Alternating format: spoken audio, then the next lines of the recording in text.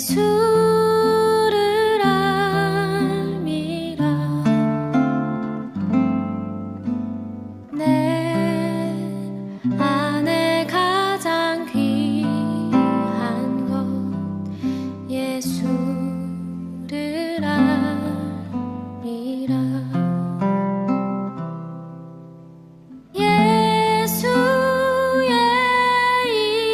이름 존귀한 그 이름. 예수의 이름 능력의 그 이름.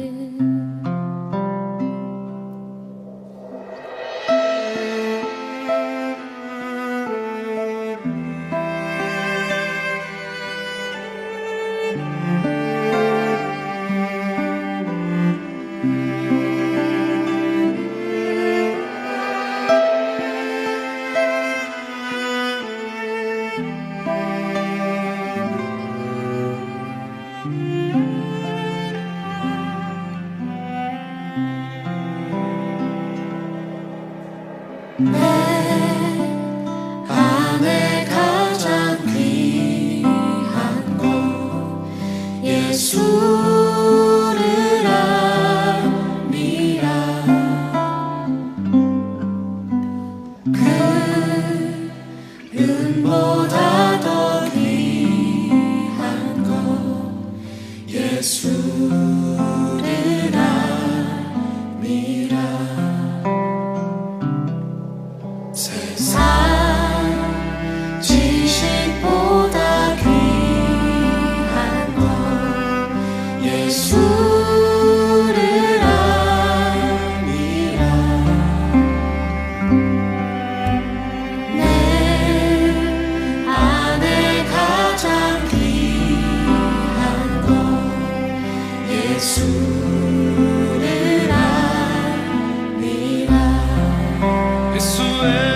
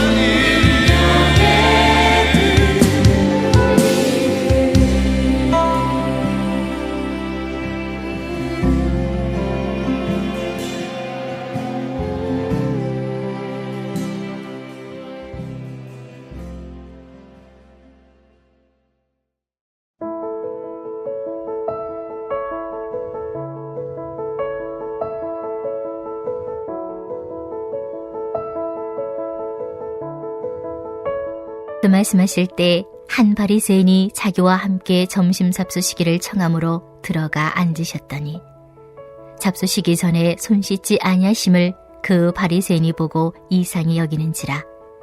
주께서 이르시되 너희 바리새인은 지금 잔과 대접의 겉은 깨끗이 하나 너희 속에는 탐욕과 악독이 가득하도다. 어리석은 자들아, 겉을 만드시니가 속도 만들지 아니하셨느냐. 그러나 그 안에 있는 것으로 구제하라. 그리하면 모든 것이 너희에게 깨끗하리라. 화 있을진저 너희 바리새인이여, 너희가 박하와 온양과 모든 채소의 11조는 들이되 공의와 하나님께 대한 사랑은 버리는도다. 그러나 이것도 행하고 저것도 버리지 말아야 할지니라.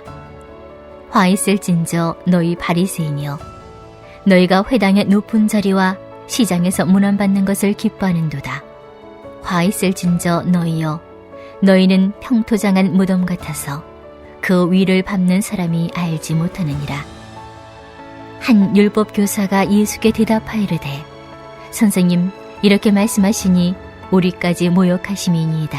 이르시되 화 있을진저 또 너희 율법 교사여 지기 어려운 짐을 사람에게 지우고 너희는 한 손가락도 이 짐에 되지 않는도다.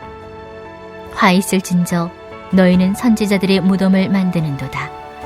그들을 죽인 자도 너희 조상들이로다.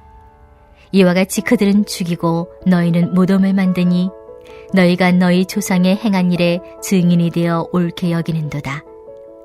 그러므로 하나님의 지혜가 일렀으되 내가 선지자와 사도들을 그들에게 보내리니 그 중에서 더러는 죽이며 또 박해리라 하였느니라. 창세 이후로 흘린 모든 선지자의 피를 이 세대가 담당하되 곧 아벨의 피로부터 제단과 성전 사이에서 죽임을 당한 사가랴의 피까지 하리라. 내가 너희에게 이르노니 과연 이 세대가 담당하리라. 화 있을진저 너희 율법 교사여 너희가 지식의 열쇠를 가져가서 너희도 들어가지 않고 또 들어가고자 하는 자도 막았느니라 하시니라. 거기서 나오실 때에 서기관과 바리새인들이 거세게 달려들어 여러 가지 일을 따져 묻고 그 입에서 나오는 말을 책잡고자 하여 노리고 있더라. 아멘. 할렐루야. 말씀으로 여는 하루, 오늘도 주신 말씀 중에 우리 하나님의 충만한 은혜가 함께 하시길 간절히 축원합니다. 예전에 아무도 보는 이 없을 때 당신은 누구입니까? 라는 책을 읽은 적이 있습니다. 우리 성도님들도 많이 보셨을 텐데요. 이 책은 제목에서 알 수 있듯이 누군가 보는 이가 있을 때와 없을 때 우리의 이 다름, 이 인간의 이 이중성에 대해 말하고 있는 책입니다. 여러분은 어떠신가요? 누군가 보고 있을 때와 아무도 없을 때 여러분의 모습은 한결같으신가요? 이 사람을 대할 때 앞에서는 세상 사람 좋은 척 하다가도 혹여 그 사람이 없는 자리에서 그 뒷담화를 한 경험은 없으신가요? 이 교회에서와 직장에서 또 직장에서와 가정에서 여러분의 그 모습은 동일하신가요? 오늘 예수님은 이렇게 겉과 속이 이 다른 바리새인들과 율법 교사들을 꾸짖으시며 말씀하십니다. 부디 오늘 말씀이 듣는 우리에게도 은혜가 되어서 우리의 삶이 하나님이 기뻐하시는 복된 삶이 되길 간절히 축원합니다. 오늘 예수님은 어느 한 바리새인에게 점심 식사 초대를 받으셨습니다. 예수님과 이 바리새인이 함께 식사라, 이거 시작부터 분위기가 심상치 않습니다. 그런데 아니나 다를까 예수님께서 식사하시기 전 이 손 씻지 아니함을 두고 이 바리새인이 이상히 여깁니다. 여기서 이상히 여기다 이 말은요, 왜 그러시지? 이러한 궁금함이 아니라 어라? 세상에 있을 수 없는 일이 일어난 것처럼 화들짝 놀란 그러한 표현입니다. 왜냐하면 당시 이 식사 전 손 씻기는 유대인들이 정해놓은 가장 일반적이고 기초적인 율법이었기 때문입니다. 아니 예수님, 여기저기서 말씀도 잘하시고 기적도 행하셔서 이야기나 잠깐 나눌까 했더니 이런 기본적인 율법도 지키지 않으실 줄은 몰랐네요.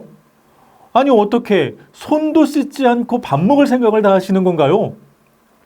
이미 이러한 정죄와 조롱, 업신여김이 포함된 이상히 여김이었습니다.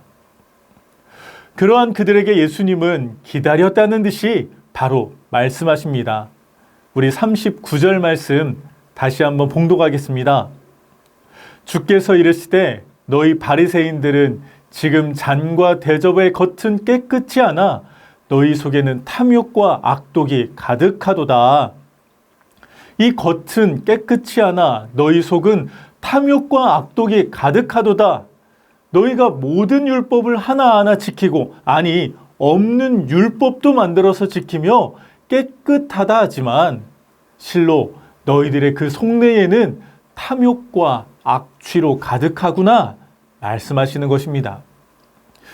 예수님께서 무엇을 근거로 이런 말씀을 하시는 것일까요? 이들은 먼저 11조를 한답시고 박하와 운양 모든 채소의 11조까지 하는 열심을 보입니다. 이는 신명기 이 모세율법에도 없는 그 자신들이 정해놓은 그러한 규례이죠. 이 자신들의 그 수입의 11조는 당연한 것이고 그저 사소한 것들까지 그 11조를 정해놓아서 이 자신들의 신앙을 자랑하듯 드러내며 요란을 떠는 것입니다. 하지만 중요한 것은요, 정작 그 11조에는 공의와 하나님의 사랑이 없었다는 것입니다. 11조란 우리에게 주신 모든 것이 다 하나님께서 주신 것입니다. 하나님이 우리의 주인이고 모든 만물의 주인이십니다. 라는 이러한 신앙 고백인데요. 이 바리새인들은 아무런 의미도 없이 그저 보여주기 위한 형식적인 11조를 드렸다는 것입니다. 왜냐하면 43절 그들은 이 회당에서 높은 자리에 앉아 있는 것 그리고 모든 사람들이 오가는 시장에서도 문안받는 것을 즐거워하였기 때문입니다. 이는 이 자신들의 신앙을 인정받고 이 믿음을 자랑하지 못해 안달이 났다는 것이죠. 그렇게나 열심히 신앙생활했으니 자신들은 존경받아 마땅하고 그런 자신들을 알아봐 주길 원했던 것입니다. 그렇게 하나님의 자리에 그들이 앉아 있었고 또 그러한 자들에게 11조는 그저 자신들의 만족을 위한 도구일 뿐이었습니다. 그래서 예수님은 그러한 바리새인들에게 평토장한 무덤 같다라고 말씀하시죠. 이 무덤은요 원래 이렇게 볼록하게 튀어나오거나 이 묘비를 세워서 누구든지 그것이 무덤인지 알 수가 있습니다. 그런데 이 평토장한 무덤이란 겉으로 봐서는 무덤인지 알 수가 없는 이 평평한 땅 속의 무덤이라는 것입니다. 이는 바리새인들이 겉은 말짱한 땅 같지만 실제로 그 속은 썩은 내로 진동하고 부정한 시체가 가득한 그러한 무덤 같다라는 표현이죠. 그런데 예수님의 이러한 비판이 거슬렸던 것일까요?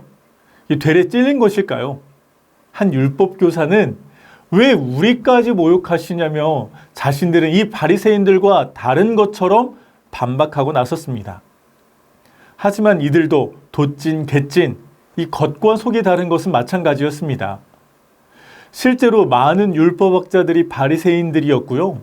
또 바리새인들은 중 많은 수가 율법학자였습니다. 예수님은 이 율법학자들을 가리켜서 46절 지기 어려운 짐을 사람에게 지우고 너희는 한 손가락도 이 짐에 대지 않는도다 라고 말씀하시면서 이들을 비판하십니다. 아니 이것도 무슨 말씀일까요?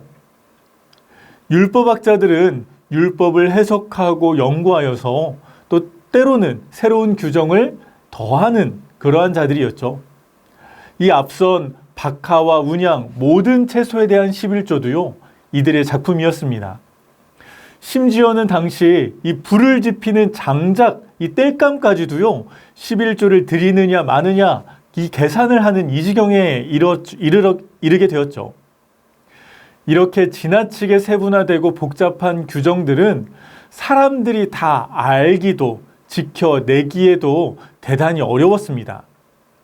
그런데 이들은 이러한 부담을 가중하면서도 정작 그들 자신들이 만들어낸 그 규제는요 지키지 않았던 것입니다. 하나님은 온전히 높이기 위함이 아닌 철저히 자신들만의 바벨탑을 쌓아 군림하기 위한 행위였습니다.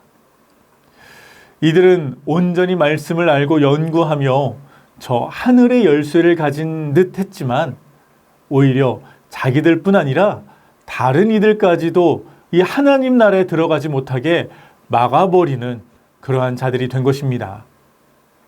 결국 이들은 지금껏 하나님께서 보내신 선지자들을 박해하고 죽이고 또 그들의 무덤까지 만들었던 것처럼 이 땅에 보내신 참 하나님, 하늘의 선지자 예수 그리스도를 박해하고 죽이게 되는 저주받은 인생이 되어버린 것입니다. 할렐루야! 사랑하는 전주안디옥교회 성도 여러분, 우리 안에는 과연 무엇으로 채워져 있나요? 제가 보는 우리 성도님들의 겉모습은 언제나 사랑과 희생, 봉사와 감사가 넘치는데 그 안의 모습은 과연 어떠신가요? 돌아보면, 생각하자면 우리 속에는 나만 알고 또 부끄러운 모습들, 또 누구에게도 들키지 않는 그러한 연약한 모습들이 있을지도 모릅니다. 이러한 모습들 때문에 괴롭기도 하고요. 변하려 노력하기도 해보지만 그마저도 쉽지는 않습니다. 그런 우리는 과연 어떻게 살아야 할까요? 그냥 이렇게 요러고 살아야 하는 것일까요? 그런 우리에게 40절 말씀을 주십니다. 어리석은 자들아, 겉을 만드시니가 속도 만들지 아니하셨느냐? 우리의 겉을 만드시니가 우리의 속도 만드셨다. 우리의 육을 창조하신 하나님께서 우리의 이 심령도 창조하셨다는 것입니다. 우리의 형상이 하나님의 형상을 따라 창조되었다는 것은요, 하나님도 팔 2개, 다리 2개, 그게 아니라 우리의 속사람도 하나님의 거룩하신 성품을 따라 존귀하며 거룩하게 창조되었다는 것입니다. 비록 우리가 하나님처럼 완전하지 못해 때론 죄로 인해 넘어지고 쓰러질지라도 우리는 하나님의 형상을 따라 창조되었고 우리를 창조하신 이는 하나님이심을 믿으시길 바랍니다. 하나님께서 우리의 겉뿐 아니라 속까지도 창조하셨으니 이제는 우리 안에 계신 그 하나님의 영, 그 성령을 붙들어야 한다는 것이죠. 겉모습이 화려한 자들이 아닌 우리 마음의 중심을 보시는 그 하나님께 깨끗한 심령으로 나아가야 한다는 것입니다. 그래서 우리는 다시 우리의 안의 영, 성령님을 바라봐야 합니다. 성령님이 우리 안에 충만할 때 우리 안에 계신 그 성령님의 영을 따라 우리는 살아갈 수 있습니다. 또한 그 성령님의 음성 따라 우리가 사랑하면서 살아갈 때 41절 그리하면 모든 것이 너희에게 깨끗하리라 하는 이 말씀이 우리 안에도 이루어질 줄 믿습니다. 갈라디아서 2장 20절 내가 그리스도와 함께 십자가에 못 박혔나니 그런즉 이제는 내가 사는 것이 아니요 오직 내 안에 그리스도께서 사시는 것이라. 이제 내가 육체 가운데 사는 것은 나를 사랑하사 나를 위하여 자기 자신을 버리신 하나님의 아들을 믿는 믿음 안에서 사는 것이라. 할렐루야. 내가 네 안에, 네가 내 안에 거할 때 많은 열매를 맺는다 말씀하신 것처럼 이제 우리 안에 예수 그리스도로 충만하시길 간절히 소망합니다. 그 충만해진 예수 그리스도로 사는 인생이 되기를 축복합니다. 그리고 그 예수의 영으로 살아갈 때 우리는 처음 창조의 모습, 모든 것이 깨끗해지는 축복을 누리게 될 줄 믿습니다. 할렐루야. 사랑하는 전주안디옥교회 성도 여러분, 우리의 겉이 중요합니까? 속이 중요합니까? 하나님은 42절에 이것도 행하고 저것도 버리지 말아야 할지니라 말씀하셨습니다. 속이 중요하다고 이 형식이 필요 없다는 것이 아닙니다. 하지만 너무 이 겉모습에 치중하느라 이 내면을 방치해서도 안 된다는 것이죠. 이 겉과 속, 형식과 마음의 중심 모두 다 너무 중요합니다. 열심히 예배를 사모하시길 바랍니다. 기도도 사모하시길 소망합니다. 새벽 예배, 금요 심야, 우리 90일 성경 일독, 말씀으로 여는 하루 최선을 다해 함께 해주시기를 부탁드립니다. 그런데 더불어 이렇게 은혜를 받았다면 우리 속에 비교하고 판단하고 정죄하는 그러한 교만한 마음이 아닌 사랑하고 이해하고 용서하고 품고 덮어주는 성령님이 주인 되시는 그러한 삶을 사시기를 축복합니다. 그러할 때 우리의 겉뿐 아니라 속까지도 창조하신 그 놀라우신 하나님의 은혜가 우리의 영육을 깨끗하게 하실 것입니다. 그렇게 우리의 겉과 속에 예수님만 가득하여 참으로 행복하고 감사하고 사랑이 충만한, 또 그 사랑을 아름답게 흘려보내는 오늘 하루 되시길 주님의 이름으로 간절히 축원합니다. 이 시간 말씀을 기억하며 함께 기도하시겠습니다. 하나님, 우리의 겉과 속을 창조하신 하나님이시니 우리의 겉모습뿐 아니라 내면까지도 예수님으로 충만하게 하옵소서. 둘째로는 코로나19가 하루빨리 잠잠케 하시고 교회 학교의 교육 사역 가운데 은혜를 더하여 주시옵소서. 우리 주님 이름 한번 외치며 함께 기도하시겠습니다.